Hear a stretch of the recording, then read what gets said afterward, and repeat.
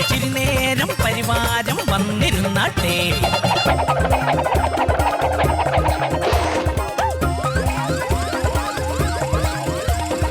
ആട്ടവിളക്കില്ല, ആട്ടും തുപ്പും മാത്രം. തിരശീലയില്ല, ശീലങ്ങളേ ഇല്ല.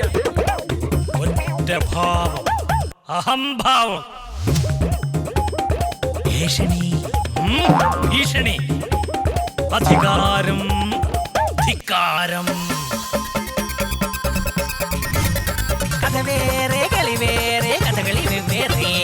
കഥ വേറെ കളി വേറെ കഥകളി വെവ്വേറെ. ഇടിച്ചിരി നേരം പരിവാരം വന്നിരുന്നാട്ടെ. കെട്ടുകഥ, കസേരകളി, കഥകളി. നമസ്തേ. പദ്ധതികൾ അടിച്ചുമാറ്റി ഫ്ലെക്സ് വെച്ച് മരുമോൻ മന്ത്രിക്ക് എന്താണ് അടിച്ചു മാറ്റിയത്, ആരുടെയാണ് അടിച്ചു മാറ്റിയതെന്ന് ഒരു ധാരണയുമില്ലാതായിരിക്കുന്നു. 60% കേന്ദ്ര സർക്കാർ പണം മുടക്കി സ്മാർട്ട് സിറ്റി പദ്ധതി വഴി തലസ്ഥാനത്ത് നിർമ്മിച്ച റോഡുകളുടെ ക്രെഡിറ്റ് അടിച്ചു മാറ്റിയത് പോട്ടെ, സംസ്ഥാനം പണം മുടക്കിയ തദ്ദേശ ഭരണ വകുപ്പിനെയും കോർപ്പറേഷനെയും കയറി വെട്ടി മിസ്റ്റർ മരുമകൻ. ഇതോടെ തദ്ദേശ ഭരണ വകുപ്പ് മന്ത്രി MP രാജേഷ് കയറി ഉടക്കി. അമ്മാവനും മരുമകനുമൊക്കെ വീട്ടിൽ. ഇവിടെ എല്ലാവരും സഹാക്കളാണ്, സഹാക്കൾ. പിണറായി സഹാവ് ഒന്ന് സൂക്ഷിക്കുന്നത് നന്നായിരിക്കും, അല്ലെങ്കിൽ എല്ലാത്തിൻ്റെയും കാരണബോധം ഞാനാണെന്ന് പറഞ്ഞ് മരുമകൻ ക്ലിഫ് ഹൗസിൽ വരെ കയറി ഫ്ലെക്സ് വയ്ക്കും. സ്വാഗതം കഥകളിയുടെ പുതിരധ്യായത്തിലേക്ക്.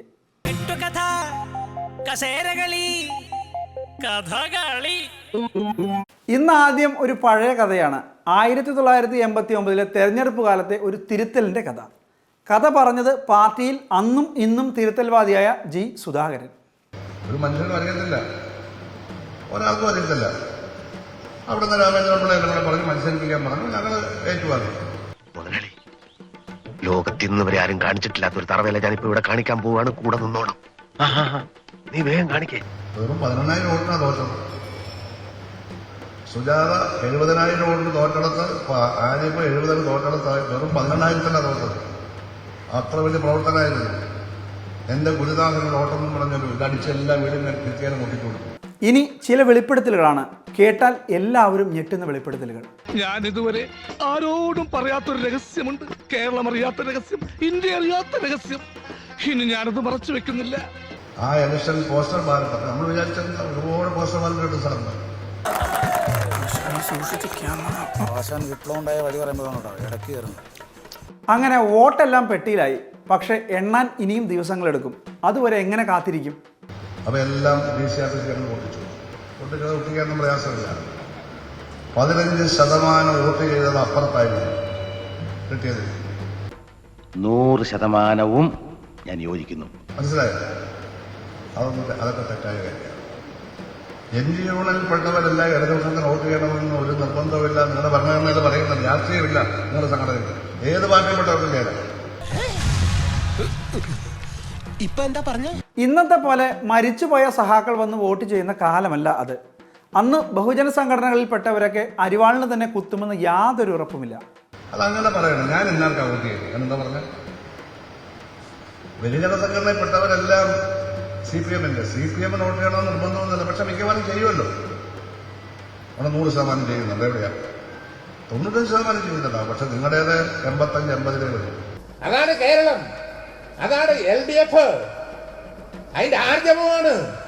സഖാവ് G. സുധാകരൻ ഇത്രയൊക്കെ പറഞ്ഞത് ഒരു സഖാവ് ആർക്ക് വോട്ട് ചെയ്താലും മറ്റൊരു സഖാവ് അറിയും എന്നറിയിക്കാൻ വേണ്ടി മാത്രമാണ്. അതായത് കുറ്റമല്ല, അതിനെ കുറ്റപ്പെടുത്താനല്ല. പക്ഷെ ഒട്ടിച്ച് തന്നാൽ ആരും അറിയില്ല.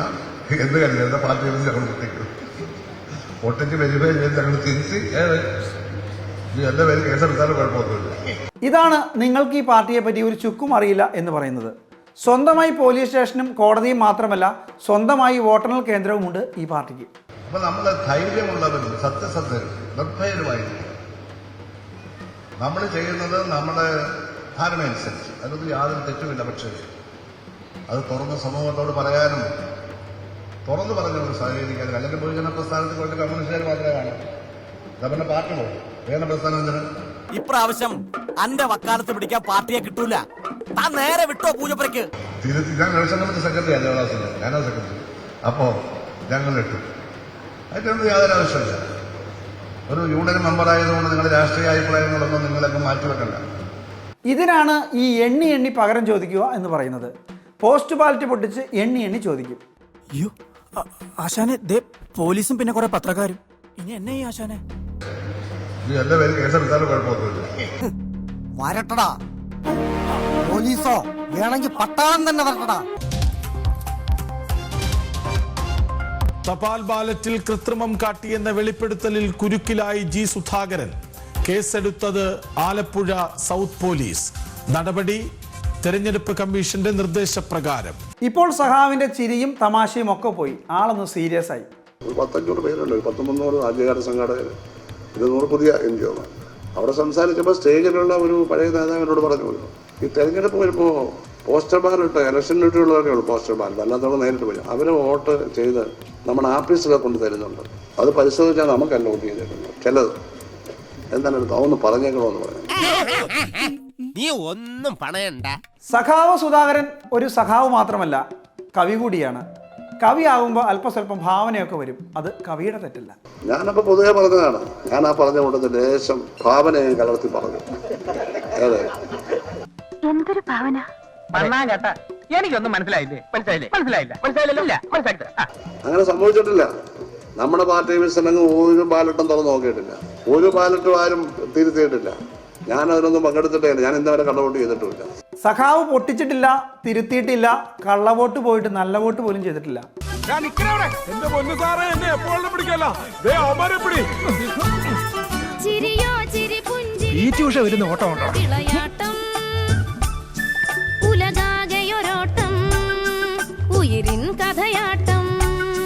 പശുവിനെ തീറ്റിക്കണേർന്നു. തീറ്റിച്ചു കഴിഞ്ഞാ നമുക്ക് പോവാം. ആരുടെ പശു? ആദ്യം അങ്ങനെ പറഞ്ഞു, പിന്നെ രണ്ടാമത് പറഞ്ഞില്ലേ?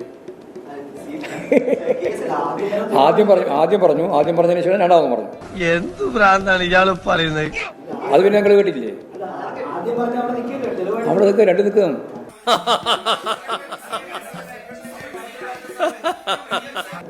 രണ്ടു അവിടെ നിൽക്കുക. അതിനോട് ഞങ്ങൾ പ്രതികരിക്കേണ്ട കാര്യമൊന്നുമില്ല. നിനക്കതൊക്കെ എങ്ങനെയാ സാധിക്കുന്നത്? ഞാൻ 20 വർഷം MLA ഒരിക്കൽ പോലും കള്ളവോട്ട് ചെയ്യാൻ ആർക്കും പൈസ കൊടുത്തിട്ടില്ല. അതിന് 10,000 രൂപ വേണം. ആ കോളനി കൊടുക്കാൻ ഞാൻ 10 പൈസ കൊടുക്കുന്നു. അതിൻ്റെ ആവശ്യമില്ല. മനസ്സിലായില്ലേ? സുധാകരൻ സഖാവ് കൊടുത്തില്ല എന്ന് പറഞ്ഞാൽ മറ്റു സഖാക്കൾ കൊടുത്തു എന്നർത്ഥമില്ല. ഇനി ആരും അങ്ങനെ വിചാരിച്ചേക്കരുത്. ആൾക്കത് തലക്ക് സുഖല്ലേ? എടോ, പോലീസ് പിടിച്ചിട്ട് ഇങ്ങനെ കാര്യമല്ലോ. നീ നാട്ടിനെ പറയിപ്പിക്കരുത്. നീ ഇവിടെ എങ്ങനെ എത്തി? ഞാൻ അധികം ഇവിടെ തന്നെ അല്ലേ. എന്ത് കാര്യത്തിലാണ് ഞങ്ങൾ പ്രതികരിക്കേണ്ട കാര്യം? അദ്ദേഹം ഒന്ന് ആദ്യം പറഞ്ഞു, പിന്നെ പറഞ്ഞു അത് അങ്ങനെയല്ല ഇങ്ങനെ പറഞ്ഞു. രണ്ടും പറഞ്ഞിട്ടുണ്ട്. എടുക്കട്ടെ, ഒരു കയ്യബദ്ധം നാറ്റിക്കരുത്. ഇല്ലാത്ത ഒരു കാര്യം, അസംഭാവ്യമായ ഒരു കാര്യം ചിലരങ്ങനെ ചെയ്യുന്നുവെന്ന് പ്രചാരവേള നടക്കുന്നത് കൊണ്ട് അവർക്കൊരു ജാഗ്രത കൊടുക്കാൻ ചെറിയൊരു ഭീഷണി എന്ന് പറഞ്ഞാൽ ഞങ്ങൾ അറിയുന്നുണ്ട് എന്നൊരു തോന്നൽ വരുത്താൻ വേണ്ടി പറഞ്ഞു പോയതാണ്. ഇനി നാവ് പൊങ്ങില്ല, തുണി മാറ്റിക്കോളൂ.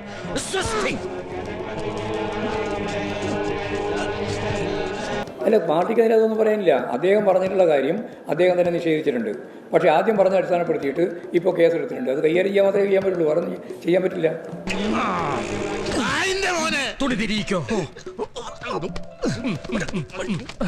പോലീസ് പുലിവാൽ പിടിച്ചതെന്നാണ് എനിക്ക് തോന്നുന്നത്. ഭരണം കിട്ടി തുടങ്ങി നിന്റെയൊക്കെ ഊച്ചാളി സ്വഭാവങ്ങള്. സത്യം പറഞ്ഞോ?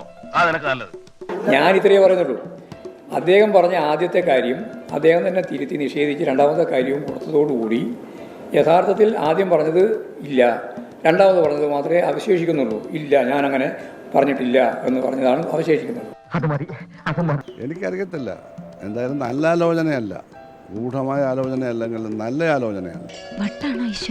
നല്ല ആലോചന ഉണ്ടെങ്കിൽ ഇങ്ങനെ FIR ഉണ്ടാകാം. ഞാൻ ഒറ്റ പ്രതിയേ ഉള്ളൂ. FIR ഇതാണ്, ഒറ്റ പ്രതി, കുറ്റവാളി.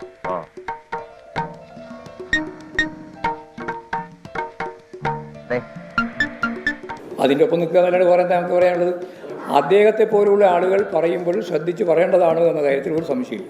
ഞാനിങ്ങനെ കേരളത്തിലെ ഏകദേശം ഒരു നിയോജക മണ്ഡലത്തിൽ ഒരു നിയർലി 600 മുതൽ അസംബ്ലിയിൽ ഒരു 1000 വരെ പോസ്റ്റ് വോട്ട് മാക്സിമം കാണും. ഒരു പാർലമെൻറ്റിൽ ഒരു 5000 7000 വരെ കാണും.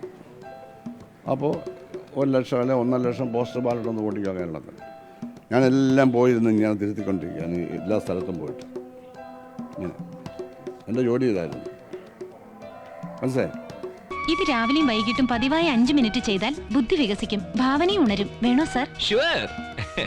അല്ല, അങ്ങനെ ജനാധിപത്യപരമായ ഒരു പ്രക്രിയയിൽ നിന്ന് വേറിട്ട് നിൽക്കാൻ CPIM ഒരിക്കലും ശ്രദ്ധിച്ചിട്ടില്ല, ഒരിക്കലും നിലപാട് സ്വീകരിച്ചിട്ടുമില്ല. അത് സുധാകരൻ തന്നെ ഇപ്പോഴും വ്യക്തമായിട്ട് പറയുകയും ചെയ്തിട്ടുണ്ട്.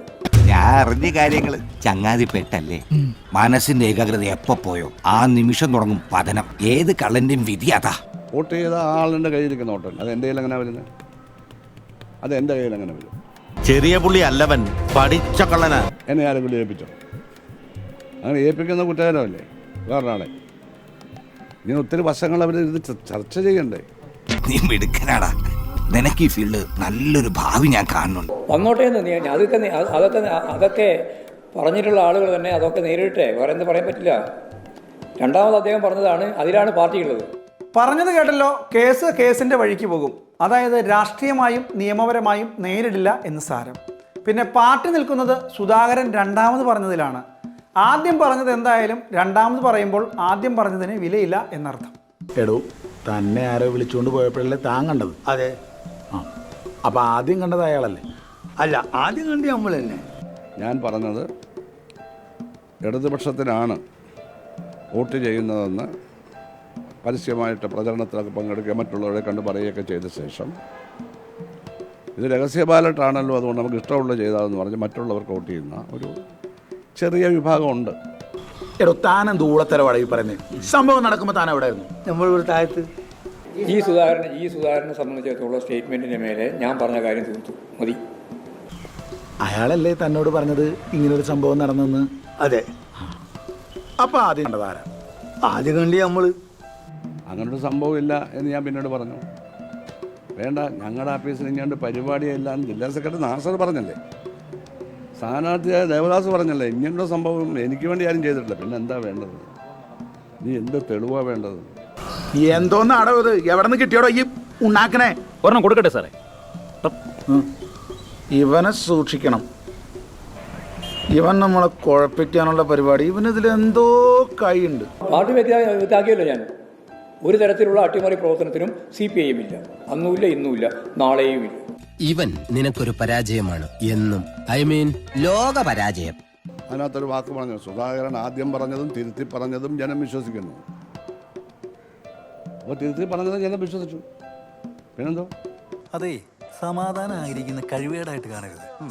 അവന്മാരടിക്കട്ടാ, നമുക്ക് നിന്ന് കാണാമല്ലോ. ഗോവിന്ദമാഷ് എന്താ പറഞ്ഞ്? സുധാകരൻ രണ്ടാമത് പറഞ്ഞിടത്താണ് പാർട്ടി നിൽക്കുന്നത്. അതായത് ഞാൻ കടക്കരപ്പള്ളി പറഞ്ഞു ചെയ്തിട്ടില്ല. കേസ് പിന്നെ സുധാകരൻ നടന്നു. ഞാൻ ഗോവിന്ദമാഷയുടെ സഹായമോ ആരുടെ സഹായം ചോദിച്ചില്ലല്ലോ. ഈ വർഗീയ ശക്തികൾ നമ്മുടെ നാടിനെ തകർത്ത് മുന്നോട്ട് പോകുന്നത് അങ്ങ് കാണുന്നില്ലേ? അങ്ങയുടെ ആ പഴയ വിപ്ലവ വീര്യം ഞങ്ങൾക്ക് തന്നൂടെ? അപ്പോൾ ഗോവിന്ദമാഷ പറഞ്ഞത് പൂർണ്ണമായിട്ട് എനിക്ക് ഉൾക്കൊള്ളാം. പിന്നെ ശ്രദ്ധിച്ച് സംസാരിക്കണമെന്ന് പറയുന്നത് ഞങ്ങൾ പൊതുവെ എല്ലാവരോടും പറയും. എന്നോട് പറഞ്ഞാൽ ഒരു തെറ്റുമില്ല. തല്ലിക്കോ, ഇനിയും തല്ലിക്കോ. ഞാൻ ശ്രദ്ധിച്ചതല്ല ഞാൻ സംസാരിച്ചത്. നെഗറ്റീവായൊരു കാര്യം പറഞ്ഞ് പോസിറ്റീവായ ഇഫക്റ്റിന് വേണ്ടി പറഞ്ഞ, വേറെ മേലെ ആരും ഇത് ചെയ്യരുത്. പഠിപ്പിച്ച് താൻ ഭരണവും നടത്താൻ നോക്കണ്ട. ഭരണം നടത്തേ, എനിക്ക് എന്തറിയാം സഖാവെ ഭരണത്തെ പറ്റി. പിന്നെ സുധാകരൻ സഖാവ് ഇത്രയൊക്കെ പറഞ്ഞത് സഖാവിന് വേണ്ടിയല്ല കേട്ടോ. ഇനി മത്സരിക്കാൻ പോകുന്ന സഖാക്കൾക്ക് വേണ്ടിയാണ്. അവർക്ക് വോട്ട് കിട്ടാൻ വേണ്ടിയാണ്. ഇതിനു വേണ്ടി പറഞ്ഞതാണ്, എനിക്ക് വേണ്ടിയല്ല. ഇടതുപക്ഷത്ത് മത്സരിക്കുന്ന എല്ലാവർക്കും മുഴുവൻ വോട്ട് കിട്ടാൻ വേണ്ടിയാണ് ഞാൻ പറഞ്ഞത്, എനിക്ക് വേണ്ടിയല്ല. ഇതിനാണ് ഭ്രാന്ത് എന്ന് പറയുന്നത്. അവന് പറയാനുള്ള അവസരം കൊടുക്കേ. മറ്റുള്ളവർക്കായി ഉഴാനും നടാനും കറ്റ കൊയ്യാനും മെതിക്കുവാനും വിധിക്കപ്പെട്ട ഒരാളാണ് ഞാൻ. സുന്ദരനായ ഈ ചെറുപ്പക്കാരനാണ് ഇനി അങ്ങോട്ട് ഈ നാട്ടിലെ ആബാലവൃദ്ധം ജനങ്ങളുടെ കത്തുകുത്തുകൾ കൈകാര്യം ചെയ്യുന്നത്. അത്യന്തം നിർഭാഗ്യകരമായ അവസ്ഥയാണ് ഉണ്ടായത്. ഞാനിവിടെ 20 വർഷം MLA ആയത്, 10 വർഷം മന്ത്രി. ഞാൻ എന്തെങ്കിലും പൈസ ഉണ്ടാക്കിയോ? പൈസയോ? എനിക്ക് എന്തിനാ സഖാവേ പൈസ? ആർക്ക് വേണ്ടിയാ ഞാൻ പൈസ ഉണ്ടാക്കുന്നത്? പാർട്ടി ഓഫീസ് അല്ലേ എന്റെ തറവാട്. ആ തറവാടിന് നീ ചീത്തപ്പേരുണ്ടാക്കും. എന്തെങ്കിലും മുൻകിട ഹോട്ടലുകളിൽ ഭക്ഷണം കഴിക്കാൻ പോയോ ഇതിന്റെ പേരിൽ? അതാ നിന്റെ വിഷമം? അല്ല പിന്നെ. എന്തെങ്കിലും വിവരക്കേട് കാണിച്ചോ? എന്തോ കുത്തി പറയുന്ന പോലെ എനിക്ക് ഫീൽ ചെയ്യുന്നുണ്ട് കേട്ടോ. ഈ പറഞ്ഞതിന് വേറൊരർത്ഥം ഇല്ലേ? ഏയ് അങ്ങനെ പ്രത്യേകിച്ച് അർത്ഥമൊന്നുമില്ല. ഞാൻ എന്തിനാ ഈശ്വര ഇങ്ങനെ തെറ്റിദ്ധരിക്കണേ? അതാണ് പോലീസ് തന്നെ പുലിവാല് പിടിച്ചു, അവർ തന്നെ പരിഹരിക്കട്ടെ. എനിക്കത്ര പറയാം, എനിക്ക് ഒരു വിരോധമില്ല. ഞാൻ പറയിപ്പിക്കാൻ സത്യം. ഇതോടെ നമുക്ക് അവസാനിപ്പിക്കുക. ഇതിൽ ഫലപ്രദമായ നടപടികൾ സ്വീകരിച്ചുകൊണ്ടിരിക്കുകയാണ്. ഒട്ടേറെ നടപടികൾ സ്വീകരിച്ചിട്ടുണ്ട്. അതിന്റെ തുടർച്ച നല്ലതുപോലെ ഉണ്ടായിക്കൊണ്ടിരിക്കുകയാണ്. കഥകളി